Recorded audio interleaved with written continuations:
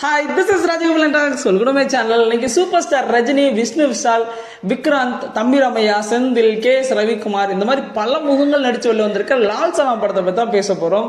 Actually இந்த படம் title card போடும்போது சிறப்பு தோற்றம் சூப்பர் ஸ்டார் ரஜினி அப்படின்னு போட்டிருப்பாங்க. இந்த படத்தை பார்க்கும்போது சிறப்பு தோற்றம் மாதிரிலாம் எனக்கு தெரியல. ஏன்னா மற்ற கேரக்டருக்கு எந்த அளவுக்கு ஒரு ஸ்க்ரீன் ஸ்பேஸ் வேணுமோ அதே அளவு ரஜினி அவர்களுக்குமே இருக்கு. ஸோ அதனால அந்த மாதிரி போட்டிருக்க வேணாம் அப்படின்னு தோணுது. அண்ட் இந்த படத்துடைய ஆடியோ லான்ச்சில் வந்து ரஜினி அவர்களுடைய ஸ்பீச், சூப்பர் ஸ்டாரோட ஸ்பீச் செம்ம சூப்பராக இருந்தது.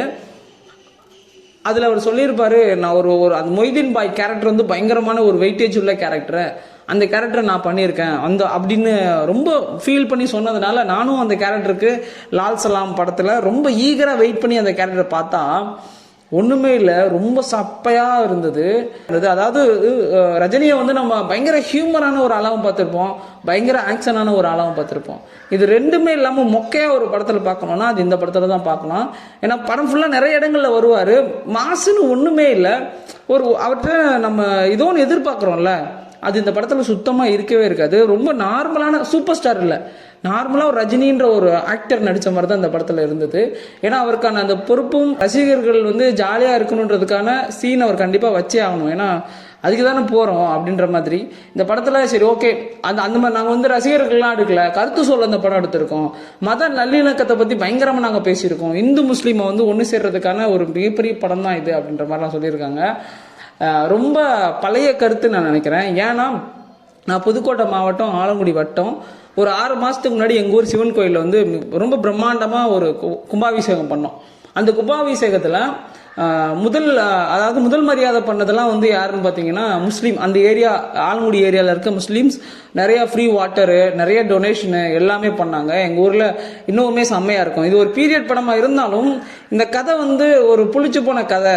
இதெல்லாம் இப்போ பிரச்சனையாகவே இல்லை தமிழ்நாட்டில். இப்படி ஒரு பிரச்சனை, இது உண்மையான சம்பவத்தை நான் சொல்ல வரேன் அப்படின்ற உண்மை சம்பவம், அந்த உண்மை இல்லாத சம்பவம்லாம் வேணாம். நான் 150 ரூபா கொடுத்து படம் பார்க்க போயிருக்கேன். நீங்கள் அந்த படத்தில் ஒன்று கருத்து சொல்லணும், இல்லை என்டர்டெயின் பண்ணணும், இல்லை காமெடி பண்ணணும், ஏதோ ஒன்று பண்ணணும்ல. சும்மா உண்மை சம்பவத்தை நான் எடுக்கிறேன்னு சொல்லிட்டு சும்மா மொக்கையாக படம் எடுத்து வைக்கக்கூடாது. அதுவும் இவ்வளோ பெரிய ஆக்டர்ஸ் இருக்கும்போது ஒரு ஐஸ்வர்யா, ரஜினிகாந்த், சின்ன பிள்ளையிலேருந்து சினிமா ஃபீல்டை பார்த்துட்டு வளர்கிற ஒரு ஆள் ரஜினி சார், இவ்வளோ பெரிய பேக்ரவுண்டில் இப்படி ஒரு படம் வரும்போது ரொம்ப டிசப்பாயின்மெண்ட்டாக இருக்குது சீரியஸ்லி. அதுவும் இல்லாமல் AR ரகுமான் அவருடைய மியூசிக், அந்த ஒரே ஒரு மியூசிக் மட்டும் தான் எனக்கு படத்தில் இன்னும் ஞாபகம் இருக்குது. ஏன்னா நான் தலைவர் ஃபேன்ன்றதுனால அந்த தலைவர் என்ட்ரி அந்த BGM மட்டும் தான் எனக்கு ஞாபகத்தில் இருக்குது, மற்ற எதுவுமே ஞாபகத்தில் இல்லை. அவ்வளோ ஒஸ்டான மியூசிக் தான் சீரியஸ்லி. பெருசாலாம் நான் எங்கேயுமே இந்த இடத்துல செம்மையாக இருக்கே, இல்லை ஒரு ஷார்ட் பார்க்கும்போது சூப்பராக இருக்கே அப்படிலாம் எங்கேயுமே நான் மியூசிக்லேயும் சரி நான் எதையுமே அந்த மாதிரி ஒரு வித்தியாசமான எதையுமே நான் ஃபீல் பண்ணலை. கதையில் ஆனால் நான் முழுவதும் கதையில் உள்ளிருந்து தான் போனேன். சரி என்ன சொல்கிறாங்க, பயங்கரமாக ஏதோ வித்தியாசமாக பேசிட போகிறாங்க அப்படின்னு பார்த்தா அர்த்த பழசு பழைய வசனகர்த்தா யாருன்னு தெரில படம். ஏன்னா ரொம்ப பழைய வசனங்களா, அதாவது இப்போ இருக்க மாடர்னா வசனம் எழுதுறவங்களாம் பயங்கரமாக எழுதுறாங்க. அவங்க ஒரு விஷயம் சொல்கிறாங்கன்னா அதுக்குள்ளே 1000 விஷயம் இருக்கும். அந்த மாதிரியான வசனங்கள் சொல்லும்போது ரத்தத்தை அறுத்து பாரு, உனக்கும் ஒரு ரத்தம் தான் எனக்கும் ஒரு ரத்தம் தான், நம்ம 2 பேரும் ஒரே மனுஷன் சொல்கிற இந்த மாதிரி ரொம்ப பழைய வசனங்கள்லாம் வச்சுட்டு ரொம்ப இந்த கூகுளில் போடுவோம்ல இங்கிலீஷ் அப்படியே தமிழில் கன்வெர்ட் பண்ணி அந்த மாதிரி இருந்தது. சீரியஸ்லி ரொம்ப ஒஸ்ட்டாக இருந்தது. அது ரொம்ப அதாவது கேட்டு ரொம்ப ஒஸ்ட்டுன்னு சொல்லலை, கேட்டு பழகி போச்சு. இந்த மாதிரி இவ்வளோ பார்த்தாச்சு, லட்சக்கணக்கில் படம் பார்த்தாச்சு, சும்மா அதே திரும்ப ஏதாவது ஒன்று பண்ணணும்ல. அந்த மாதிரி இந்த படத்தில் எதுவுமே புதுசாவோ வித்தியாசமாவோ எதுவுமே இல்லை. படத்தில் எனக்கு இப்போ பிடிச்ச ஒன்றே ஒன்று என்னென்னா, ஒரு டயலாக் இருக்கும். என்னென்னா, ஒரு அம்மா வந்து கோயிலுக்கு போயிட்டு விபூதி வாங்குவாங்க பிள்ளைக்கு முடியாமல் இருக்கும்போது. அப்போ அந்த செந்தில் சார் வந்து ஒரு டைலாக் சொல்லுவார், உனக்கு மனசளவில் பிரச்சனைனா கோயிலுக்கு வா, உடம்பளவில் பிரச்சனைனா ஆஸ்பத்திரிக்கு போ. That is 100%. இதை யார் நிறைய பேர் இதை நிறைய ஏழைகள் தான் இதை ஃபாலோ பண்ணுறாங்க. உடம்பு பிரச்சனைனா உடனே கடவுளுக்கு போகிறது, ஏதோ ஒரு பிரச்சனைனா பேய் கோளாறுன்னு செலவு பண்ணுறது, அவ்வளோ காசு போகுது. அதில் தான் உங்களுக்கு காசே வீணாகும். நான் அந்த பரிகாரம் பண்ணுறேன், இந்த பரிகாரம் பண்ணுறேன், உன்னை காப்பாற்றிடுறேன்.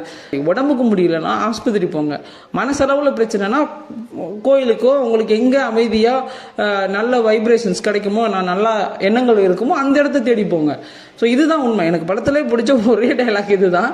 மற்றபடி சும்மா பேசணும்னு பேசுன மாதிரி இருந்தது. தலைவருக்கே தெரிஞ்சிருக்கும், இவ்வளோ படத்தில் பேசுகிறாரு, இவ்வளோ வித்தியாசமாக பேசுகிற இந்த கதைகள், இந்த வசனங்கள்லாம் பேசிய விஷயம் தானே அப்படின்னு அவருக்கு தெரியாமல் போச்சா என்னன்னு தெரியல. ஒருவேளை பொண்ணு அப்படின்றதுனால பரவாயில்லையே அப்படின்னு யோசிச்சுட்டாங்கன்னு தெரில.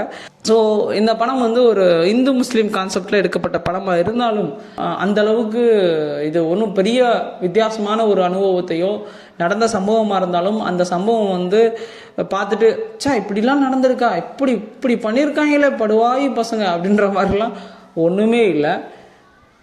இது ரொம்ப very very common story, common, ரொம்ப சின்ன ஒரு விஷயம் தான் இது. அவ்வளோ எக்ஸாஜரேட் பண்ணி அப்படியே அந்தளவுக்கு இந்தளவுக்கு அப்படிலாம் சொல்லக்கூடிய அளவுக்கு இல்லை. பார்க்குறதுக்கும் ஒன்றும் இல்லை. இந்த படத்தை போய்ட்டு இந்த பார்த்துட்டு பெருசாக இப்போ இந்த முஸ்லீம் அப்படின்னா ஏதோ ஒரு முஸ்லீம் மேலே இருக்கிற அதிகப்படியான விமர்சனம் என்ன? முஸ்லீம் எல்லாம் தீவிரவாதிங்க, அவங்கெல்லாம் பாம்பு போடுவாங்க, குண்டு வைப்பாங்க, இப்படி தான் வச்சுருக்காங்க. அதை பற்றி ஏதாவது ஒன்று அந்த மாதிரி ஏதாவது ஒன்று பண்ணியிருக்கணும்னு நான் அப்படி தான் யோசித்தேன். ஏன்னா இங்கே அதிகமான விமர்சனங்களும் முஸ்லீம்கள் எங்கே தாக்கப்படுறாங்க, எப்படி ஒடுக்கப்படுறாங்க அப்படின்றத பேசியிருப்பாங்களோ அப்படின்னு நான் எதிர்பார்த்து இந்த படத்துக்கு போனேன்.